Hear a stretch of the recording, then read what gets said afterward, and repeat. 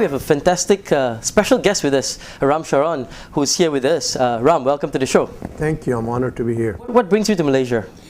I came here to visit the management and people of the Sime Darby. With Sime Darby. And I'll be making a presentation to a larger audience, but also sharing some ideas and insights with the management team. And you know, you've written 16 books, I think, right? A lot of it on leadership. What's your definition of leadership? See, the key point here is that leadership has been taught for centuries. Leadership of military is different. Leadership of politics is different.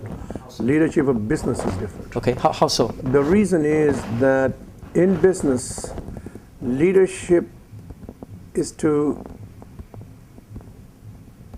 lead other people to get things done that create value. In the other disciplines, it has different outputs. Could you give us some examples? Yeah, in the case of politics, a leader is to lead the total nation against all external circumstances. Okay. And there, the output is different. There, the tools are different. Okay. Here in business, the tools are different. Okay, so the output is different, but is the characteristics of leaders generally the same, or is different? Yeah, one has to be very careful on this. Some characteristics are common. Okay. Then others begin to differ. Okay. For example, a character, an energy, liking people, motivating people, authenticity, they are common. Okay. After that, different disciplines of human endeavor, different traits of leadership. And in the same endeavor at different times, different traits become more important. Okay, so these are on the technical side of things, not just also they're personality traits. Personality, okay. Even the personality traits become very, very crucial. Okay. Depending upon what phase a company is in, what phase a nation is in, what phase a military is in. Because there are so many things in a human being that nobody is going to be perfect. And you better not try to be perfect. Okay. So a successful politician or a successful businessman may not necessarily be a successful politician. I would go further. Okay.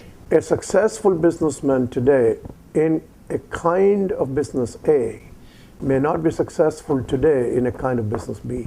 Okay. And that is because of that personality? Partly personality, partly skills. Okay. Let me give you a simple example, and they're well known. Okay.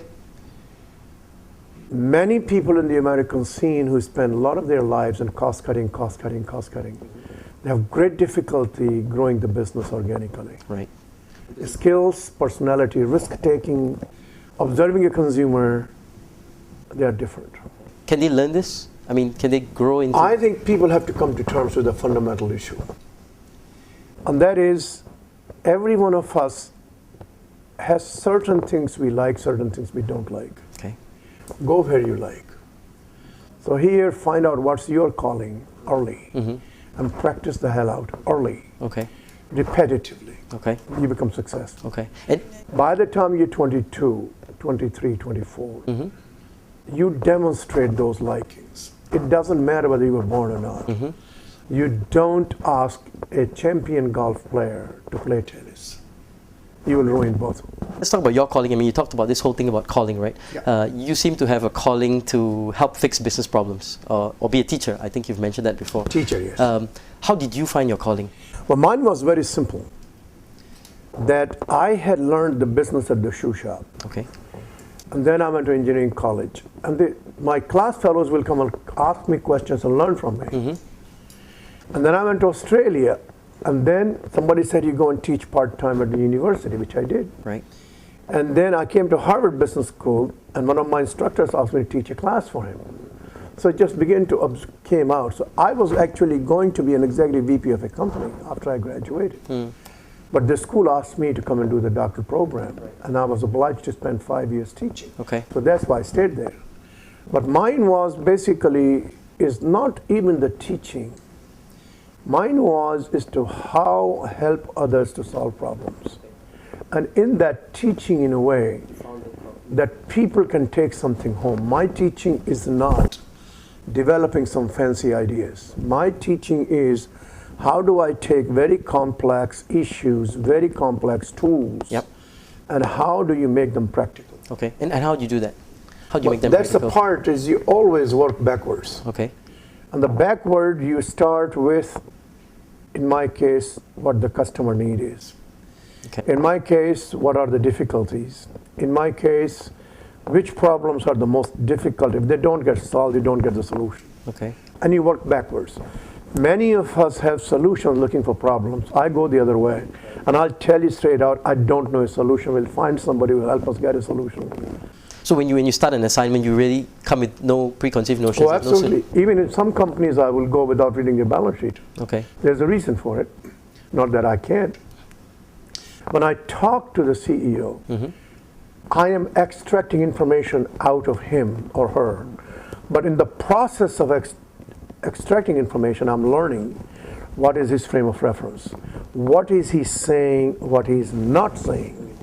What is overemphasizing, what is underemphasizing. And that's very important to get to know what's happening, because every one of us has a blind side. And is that why CEOs like to use you as their sounding board? Because you seem to be the most popular. No, it's not the popular, it's you get to earn your keep every day. Okay. It is being honest with them. Okay. That is the key working with anybody, whether you are a junior person or a senior person. You got to be honest. You understand something, you don't understand something, or you're able to say in private, this is not going to work for you, go this way or that way. So I was with a businessman in India about 3 weeks ago, and he showed me 3 possibilities to launch. And the third possibility was very attractive. And as we were finishing, I said to him, you know, there's something disturbing me in it. He said, think it over. So I called him 48 hours later from New York, and I said, I don't think I'd do it, even though it's very profitable. He may still do it, but he got an honest opinion and a reason for it. And do they value, I mean, many times we hear of CEOs trying to shy away from being honest. Not with me, because I have developed over time, and I still miss it, is that I want them to get to confront the reality. So long they give me the time, I'll get them there. Sorry, I'm sure you've met tons of business leaders and consulted with them. You know, in your mind, do you rate them? And do you say this guy is the best? And no, I think I learned something early, very early in Australia. And that is the skill is to see how good is the fit of the person with the demands of the job. So I have been able to predict which people will not last on the job out of time, because the fit is not there. But they're good people, and they can be fitted elsewhere. Now, when it comes to learning, I say to you that I learn more from Roshan than from Joe. Area A I can learn from Roshan better than Area A from Joe. So that's the way I work at it.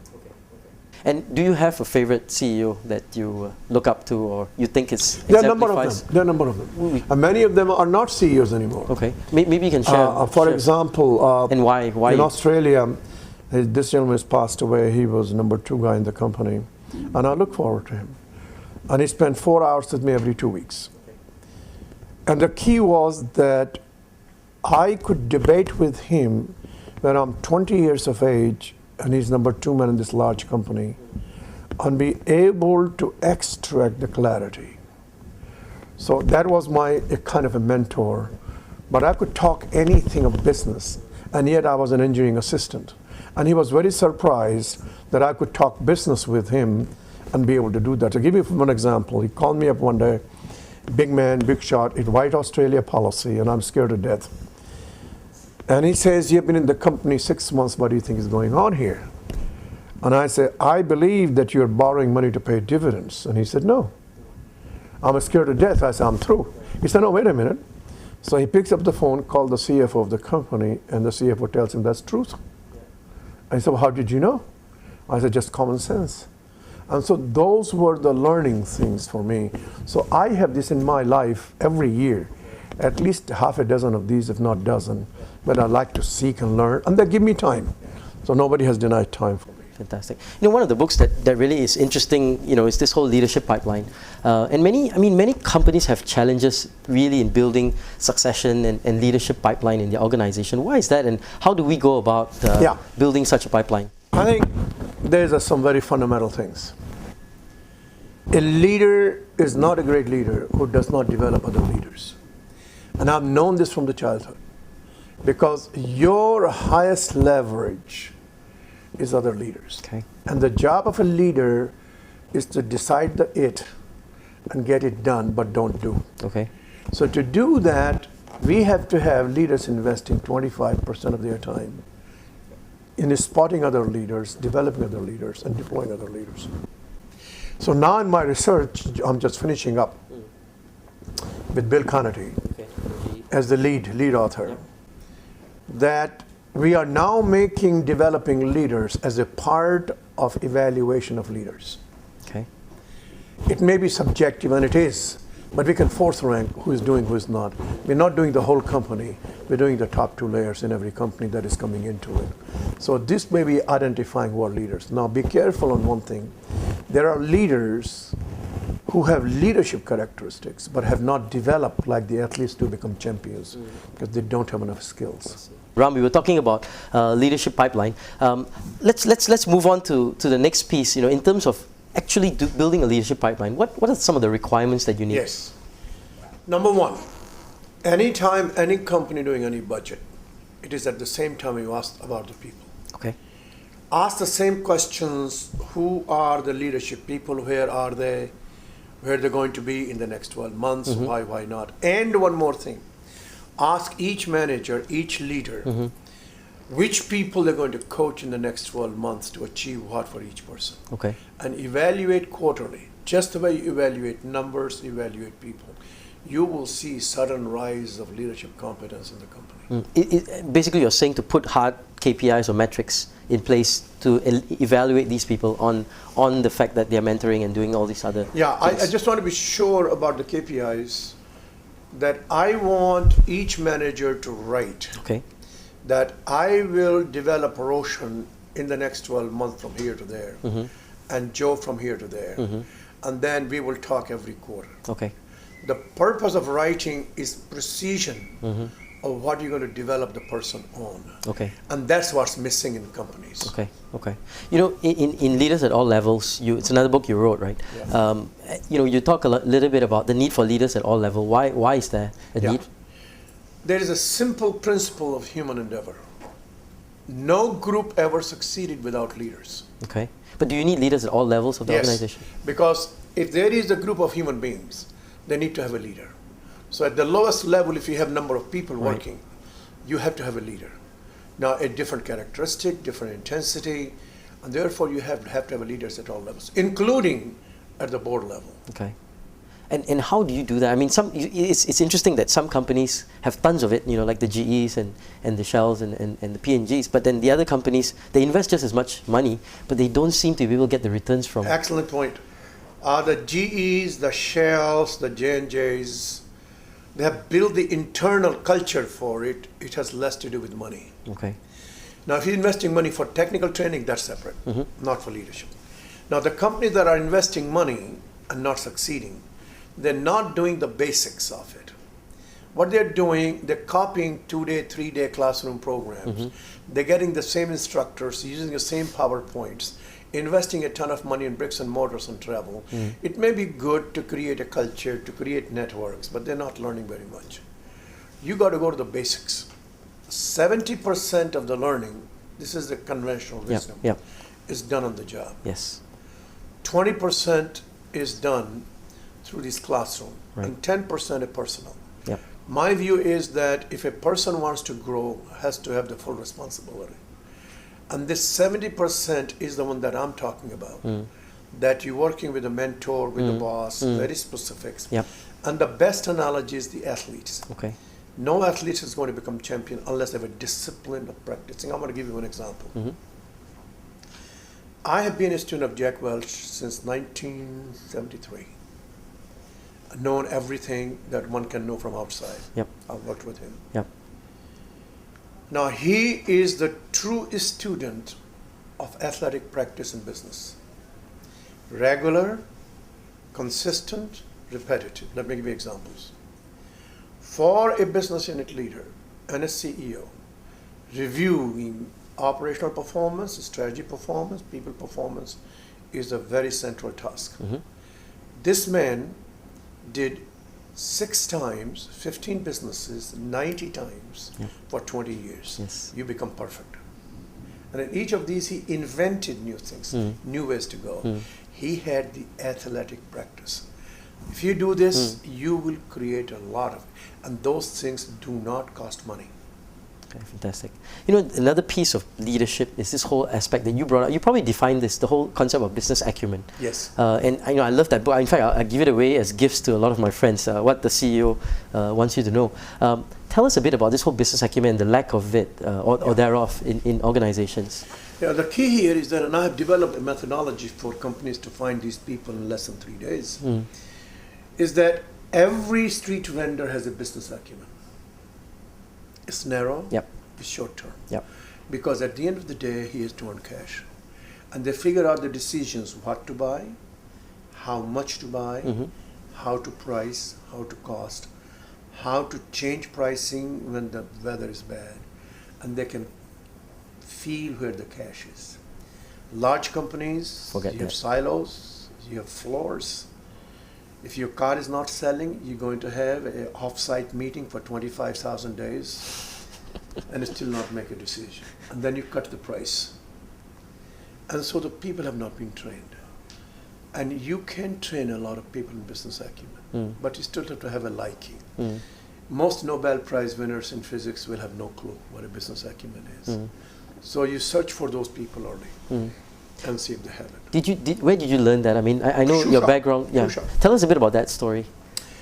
We started a shoe shop in 1947 because the shoe shops in our town were run by the Muslims. There were no Hindu shops. And we started a Hindu shop. So there was first day, and we bought some shoes from a place 8 miles away, another place from Agra 60 miles away. And we polish and we do all that, and we sold. And then we realized what was the first day's total, which was less than $7. So what was the margin? And then we realized that some of these shoes don't sell. So what do? We had learned how to cut the price. And that's how I worked in the shop. And you begin to see very clearly how the business makes money. And that was easy from then on. Why is it that I mean, cash is such a simple thing, yet so many organizations forget about the importance of it? I think many of these people were really never trained in business. They got financial training, but not business. It is a trainable skill. And so they get into profit and loss, which is accounting, and they don't get into cash. And so I'm putting into the companies and I'm saying everybody has to learn the cash flow. Okay. Now, let me ask you a personal question. You know, in your life, right? What is your biggest failure, and what have you learned from it? It's very simple. That one of the things I fail in, and not once, it happens most of the time, is that not being able to see some of the most critical forthcoming external changes. Okay. I have a feel for them. Yeah. For example, this is hindsight. I forewarned one CEO in 2007. I said, reduce your debt. I just don't feel good about the capital markets. But I didn't know enough to be able to show that. But I was able to have the instincts for it. Yeah. So right now, I've got more expertise now on it. So I'm able to tell some of the largest companies in the world, I said, watch this is coming. Now, the point there is not that I'm right. I'm preparing them to be ready. That kind of it. Fantastic. Ram, we were talking about failure. What are some, I mean, have you seen CEOs who fail and then how did they overcome it, and or any leaders, you know, and how did they basically go on? Yeah, I think the disappointment is built in everybody's life. And failure can be a strong phrase, but some did fail. And they have to manage the disappointment. But the key is to learn from it. Okay. So I now have CEOs who were asked to leave. They've come back. And become better. And they become better. And they got new opportunities. They're not bad people. And the circumstances can make you fail. Do you think that, you know, because, you know, some people don't get enough failure opportunities early on in their careers, do you think it's part, I mean, do you think organizations should actually construct failure as part of the growing mechanism? No, never. Organizations should give experiences to people who stretch them, expand their comfort zone, difficult things. If a person failed, they should analyze the reason why he failed. If failure doesn't mean the person is not right. So I'm writing right now about one person in GE who was not succeeding in his job, and Welch decided, and Connery, to split the job. He was very unhappy, but he stayed with the company. He succeeded. They combined the job again, gave it to him. Today, he's one of the 4 topmost guys in the company. Interesting. So, do you? I mean, if you look at businesses in Asia specifically, right? Do you see, when you compare them with the businesses in the US and Europe, the maturity, the leadership, what would your take be as you do a comparative study between the different Asia and the rest of the world? Yeah, I think I have to tell you parts of Asia, because again, Asia is very diverse. True. And largely I tell you from India. Okay. Most Indian managers, and most is a little difficult for me to say, are very fast thinkers and very fast talkers, and really not great listeners, and that hinders them. Second is that most of them are operating people. That's how they grew, and that's how they progressed. They can deal labor problems. But they have been denied the opportunity to be strategic thinkers. Okay. And that's where the difference is. You give them an operating problem, they excel. Yep. You give them to make fast decisions, they will excel. You make them work harder, they will excel. But strategic thinking and developing strategies, they have not gotten the opportunities. Okay. Whereas in Western world, people recognize early that people who got the experience in managing profit and loss and balance sheet early, they begin to develop strategies. What about in China? I mean, China the growth is unbelievable. Lots of entrepreneurs coming in. Some 55% of China is built by non-Chinese. And they're bringing the strategies, the teaching, the processes, people. So that's being translated. Absolutely. And this is good. And I want Malaysia. I said, let the FDI come in here. What's your take on leadership in Malaysia? I mean, you've been here a couple of times now. Yeah, I think every society has its share of leaders. We got to identify them. We got to grow them. We got to give them the opportunity. There's no lack of it. No lack of. Okay. Let me just touch a little bit on your book, Profitable Growth. When you say everyone needs to drive profitable growth, what do you mean by that? Yeah, very simple. No growth of a company, it begins to decline because the world is growing. The world is growing, you're not growing, you're being left behind. Number 2, the mental muscles of a person of an organization then begin to build as you grow. If you don't grow, the mental muscles go in the negative spiral. Cut. Yep. And third, profitable. You can grow any business if you're not profitable. So you got to be profitable. That demands challenge, where to focus, where to invest the money, where to take the risk. And that's why profitable growth. Okay, fantastic. Let me ask you one quick personal question. I mean, this intrigued a lot of people, the fact that you are nomadic and travel all the time, work 365 days a year. Is that, tell us a little bit about that and why you do that. I mean, is there a reason for that? Yes. The reason is very simple, is that I'm a very lucky man to be able to learn every day. So I'm meeting with somebody somewhere, someplace in the world. It's a learning encounter. And since I'm on the road 365 days a year, there's no need to have a home. Oh, fantastic. Let me end with a couple of quick questions. Just some quick advice that you can give. If I was an entry-level person just coming out after college, what advice would you give me? Very simple. Do you want to be a leader or not? If I want to? If you want to be a leader, you will never succeed without people. Okay. Care about them, find them, nurture them, grow them, and then leverage your time with them. Okay. And number 2, right from day one, have the attitude of learning. At the same time, whatever you're assigned, do the best job of it. Learn from the mistakes. You will go a long way. And if I'm a HR director, and you talked a little bit about culture and the need to build that instead of just putting training programs, what advice would you give me? HR director, just like finance director. Finance director is trustee of money. You are the trustee of people. So you find out who are the people, how you grow them. Do they go to the right people in the right jobs? Are they growing? Are they not? If there's a failure, first figure out why somebody is failing. Just don't jump to the conclusion he's incompetent. You got to make the assumption nobody's incompetent. Everybody has something. How do we find the right way to fit it? And then you say, are you building the best people group against your competition? Okay. And if I'm a CEO or a business leader, what advice would you give me? Well, right now, as a CEO, you got to be careful in the sense that business of business is more than business, societal. You got to see the societal part of it.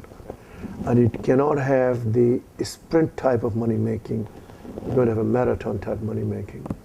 And at the same time, you cannot be a CEO unless you're a people person. Okay, so everything seems to point to people. It is people. Yep. If you could give us all one nugget of wisdom for us to take away from today, what would it be? Well, right now, as the world is changing, you got to have an eye on what the change is. Fantastic. Ram, Charan, thanks a lot for being here with the show. Appreciate your being here. Great, thank you. Thanks a lot. I'm honored to be here. Thank you.